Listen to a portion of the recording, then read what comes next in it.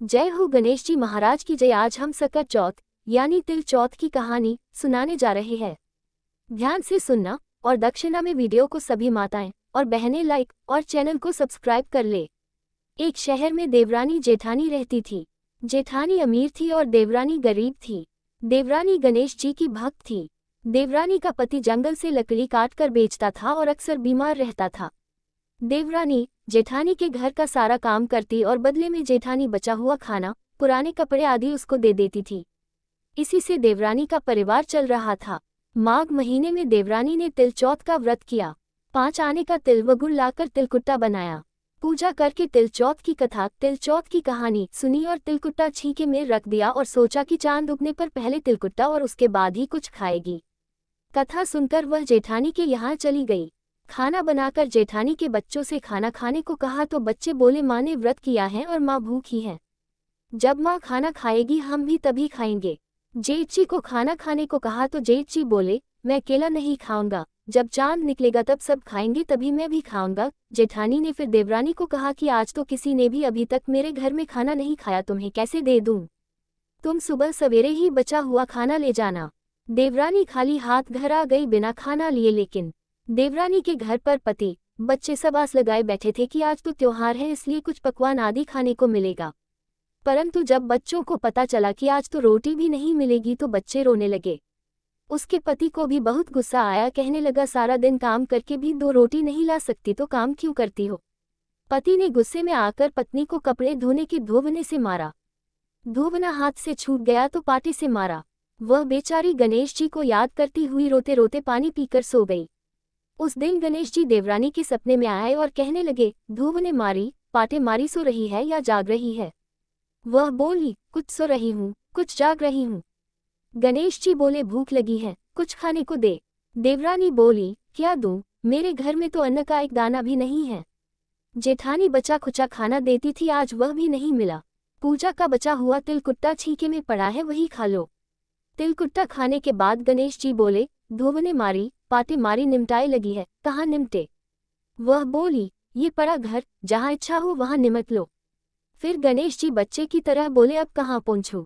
नींद में मग्न अब देवरानी को बहुत गुस्सा आया कि कब से तंग किए जा रहे हैं, सो बोली मेरे सर पर पहुँचो और कहाँ पहुँचोंगे? सुबह जब देवरानी उठी तो ये देखकर हैरान रह गई कि पूरा घर हीरे मोती से जगमगा रहा है। सिर पर जहाँ विनायक जी पोंछनी कर गए थे वहाँ हीरे केटी के व बिंदी जगमगा रहे थे।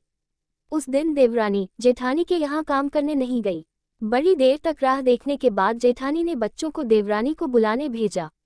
जेठानी ने सोचा कल खाना नहीं दिया इसीलिए शायद देवरानी बुरा मान गई है। बच्चे बुलाने गए और बोले चाची चलो, माँ ने बुलाया है, सारा काम पड़ा है। देवरानी ने जवाब दिया अब उसकी जरूरत नहीं है, घर में सब भरपूर है गणेश जी के आशीष से। बच्चों ने घर जाकर माँ को बताया कि चाची का तो पूरा घर हीरे मोतियों से जगमगा रहा है। जेठानी दौड़ती हुई देवरानी के पास आई और पूछा कि यह सब हुआ कैसे? देवरानी ने उसके साथ जो हुआ वो सब कह डाला। घर लौटकर जेठानी अपने पति से कहा कि आप मुझे धोबने और पाटे से मारो। उसका पति बोला कि भली मानस, मैंने कभी तुम पर हाथ भी नहीं उठाया, मैं तुम्हें धोबने और पाटे से कैसे मार सकता हूँ? वह नहीं मानी और जिद करने लगी। मजबूरन पति को उसे मारना पड़ा। उसने ढेर सारा घी डालकर चूरमा बनाया और छीके में रखकर और सो गई। रात को चौथ विनायक जी सपने में आए, कहने लगे भूख लगी है, क्या खाऊं? जेठानी ने कहा हे गणेश जी महाराज, मेरी देवरानी के यहाँ तो आपने सूखा तिलकुट्टा खाया था, मैंने तो झरते घी का चूरमा बनाकर आपके लिए छीके में रखा है, फल और मेवे भी रखे हैं, जो चाहे खा लीजिए। बालस्वरूप गणेश जी बोले अब निपटे कहाँ? जेठानी बोली उसके यहाँ तो टूटी फूटी झोपड़ी थी, मेरे यहाँ तो कंचन के महल है, जहाँ चाहो निपटो। फिर गणेश जी ने पूछा अब पहुँचूं कहाँ? जेठानी बोली मेरे ललाट पर बड़ी सी बिंदी लगाकर पहुँच लो। धन की भूखी जेठानी सुबह बहुत जल्दी उठ गई। सोचा घर हीरे जवाहरात से भर चुका होगा, पर देखा तो पूरे घर में गंदगी फैली हुई थी। तेज बदबू आ रही थी। उसके सिर पर भी बहुत सी गंदगी लगी हुई थी। उसने कहा हे गणेश जी महाराज, यह आपने क्या किया? मुझसे रूठे और देवरानी पर टूटे। जेठानी ने घर और की सफाई करने की बहुत ही कोशिश करी, परंतु गंदगी और ज्यादा फैलती गई।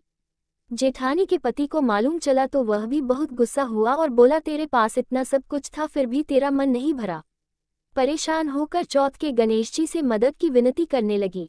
गणेश जी ने कहा, देवरानी से जलन के कारण तूने जो किया था यह उसी का फल है।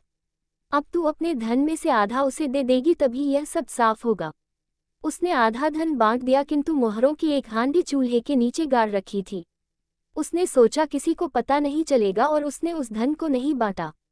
उसने कहा, हे श्री गणेश जी, अब तो अपना ये बिखराव समेटो। वे बोले, पहले चूल्हे के नीचे गाड़ी हुई मोहरों की हांडी सहित ताक में रखी 2 सुई के भी 2 हिस्से कर। इस प्रकार गजानन ने बाल स्वरूप में आकर सुई जैसी छोटी चीज का भी बंटवारा किया और अपनी माया समेटी। हे गणेश जी महाराज, जैसी आपने देवरानी पर कृपा की वैसी सब पर करना। कहानी कहने वाले, सुनने वाले व हुकारा भरने वाले सब पर कृपा करना, किंतु जेठानी को जैसी सजा दी वैसी किसी को मत देना। बोलो गणेश जी महाराज की जय। चौथ माता की जय। माताएं और बहनें, चौथ माता की इस वीडियो को लाइक जरूर करें जिससे सौभाग्य की प्राप्ति हो।